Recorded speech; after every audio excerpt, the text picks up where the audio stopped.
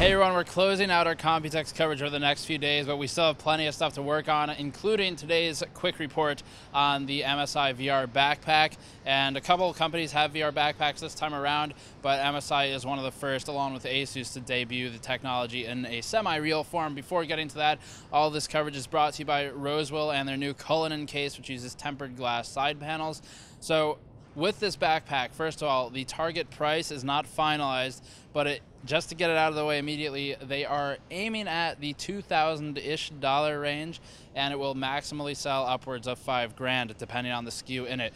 So that stated, now that we've got the money understood, the VR backpack's entire purpose is to eliminate wires with VR. So as many of you know just from watching tech reviews, or maybe some of you have tried it, there's the VR tether, sort of a tether of cables that runs down the back of your head, and it normally kind of gets in the way as you walk around if playing with something like the HTC Vive. So these backpacks are trying to eliminate that.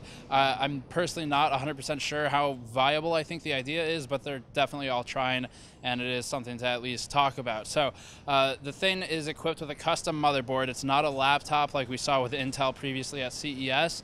It's a custom motherboard, and it uses an MXM card. That's the type of semi-modular GPU that you would find in a high-end laptop. So the MXM cards on this particular MSI VR backpack use the GTX 980, not the 980M, but the 980, and they are looking towards the 1080 and possibly the 1070 in the near future, potentially before actual launch, because it's not a real product just yet. The backpack itself weighs 5 kilograms right now, so around 10 pounds, and it's supposed to weigh less by the entry to production.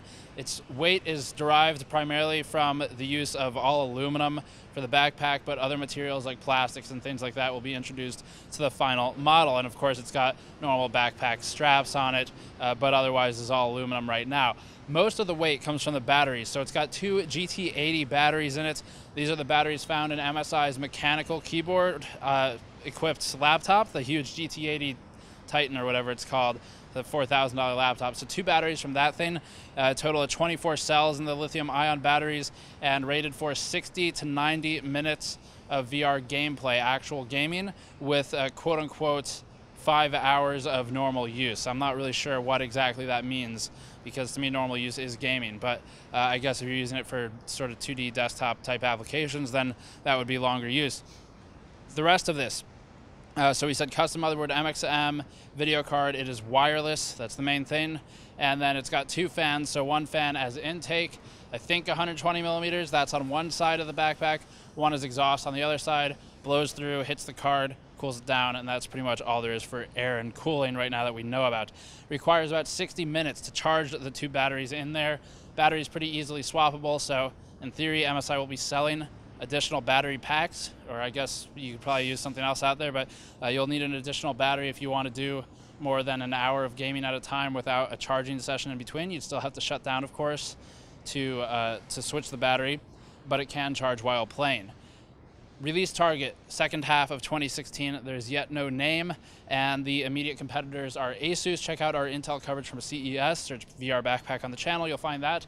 And I believe there's another company as well that's doing a VR backpack. But as a product, I'll throw in a quick opinion here.